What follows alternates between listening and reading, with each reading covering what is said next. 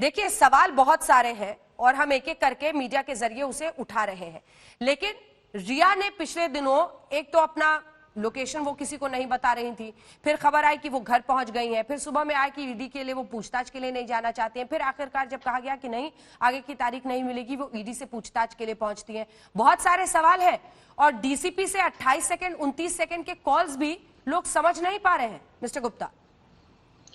अंजना जी, देखिए, मैं आपके प्रश्न के दो भाग हैं। तो मैं पहला, आपने जो बाद में कहा और विकास सिंह जी से भी पूछा था कि डीसीपी से कभी 28 सेकंड, कभी 61 सेकंड, कभी 69 सेकंड बात करी। 29। आपको ये मैं कहना चाहूंगा कि बंबई में जब इंक्वेस्ट में वो कोई अक्यूज नहीं थी, वो भी प्रोसिक्यूशन के केस को उतना ही स्ट्रेंथन कर रही थी जितना कि बाकी लोग जो आई विटनेस थे वहां पे फ्लैट पे थे, वो लोग जो सपोर्ट कर रहे थे, उसी के तहत उनसे भी तहकीकात की जा रही थी।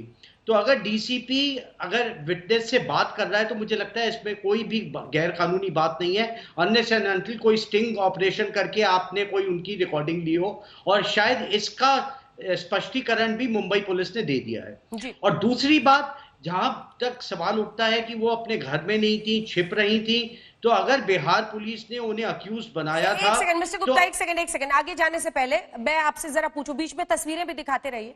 विकास गुप्ता जी, मैंने कॉल करने पर सवाल नहीं किया, आप एक एडवोकेट हैं लेकिन आप सवाल को समझ ही नहीं पाए। मैंने कॉल के ड्यूरेशन पर सवाल खड़ा किया।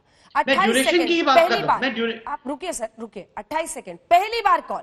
जब आप पहली बार, आपके पास नंबर भी, मैं यही मानकर चल रही हूं कि डीसीपी त्रिमुखे और रिया चक्रवर्ती पहले संपर्क में नहीं थे, क्योंकि 1 साल के पूरे रिकॉर्ड्स हैं, इससे पहले उनकी कभी बातचीत नहीं हुई है फोन पर।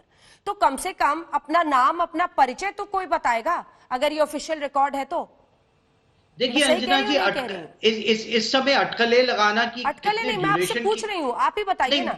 नहीं, मुझे ऐसा कोई बहुत बड़ी इसमें विचित्र बात नहीं लगती। अगर वो इतना कहते हैं कि मैं पुलिस स्टेशन से बोल रहा हूं और आप आ जाइए, तो ये बात को 28 सेकंड और 61 सेकंड में कही जा सकती है। मतलब मैं पुलिस स्टेशन से बोल रहा हूं और आप पुलिस स्टेशन आ जाइए। हाँ, अगर इतना कहा जा रहा है तो मुझे नहीं लगता कि इसमें कोई बहुत ये तरीका होगा किसी को समन के बाद बुलाने का। देखिए, वो पहले पुलिस स्टेशन में उनसे मिली हुई भी हैं। ये मैटर ऑफ इन्वेस्टिगेशन है, इसे हम स्टूडियो पे तर्क वितर्क करें, मुझे लगता है ये हमें कहीं ये निष्कर्ष ही रहेगा, कोई इस बात से कहीं हम पहुंच नहीं पाएंगे।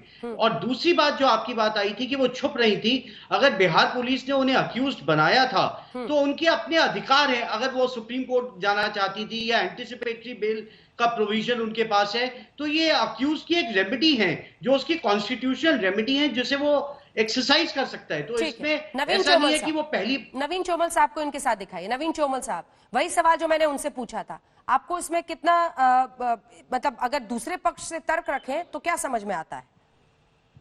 देखिए, सबसे पहले मैं खुलासा करना चाहता हूं कि विकास दुबे साहब जो है वो काफी पॉइंट को अलग हट के बोल रहे हैं और मेन पॉइंट वो मिस कर रहे हैं। जैसे कि उन्होंने कहा है कि रिया चक्रवर्ती एंटीसिपेटरी बेल ले सकती है, तो उन्होंने बिहार कोर्ट में जाना चाहिए था एंटीसिपेटरी बेल के लिए और ना कि सुप्रीम कोर्ट में।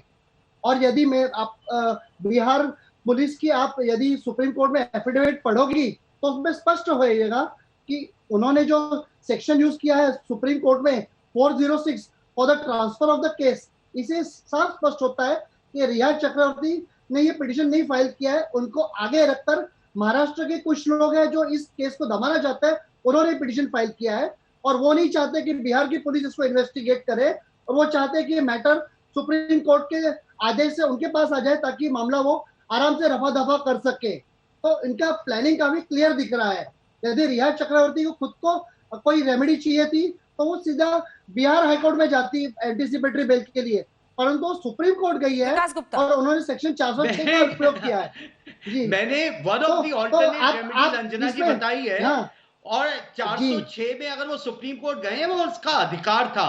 अगर आप बिना अधिकार, मैं विकास जी से पूछता हूँ। नहीं, एक सेकंड, आज प्लीज एक सेकंड विकास जी एक मिनट विकास जी, मेरे सवाल का जवाब दीजिए, मेरे सवाल का जवाब दीजिए। ओके, मैं 10 सेकंड में अपनी बात खत्म कर रहा हूं।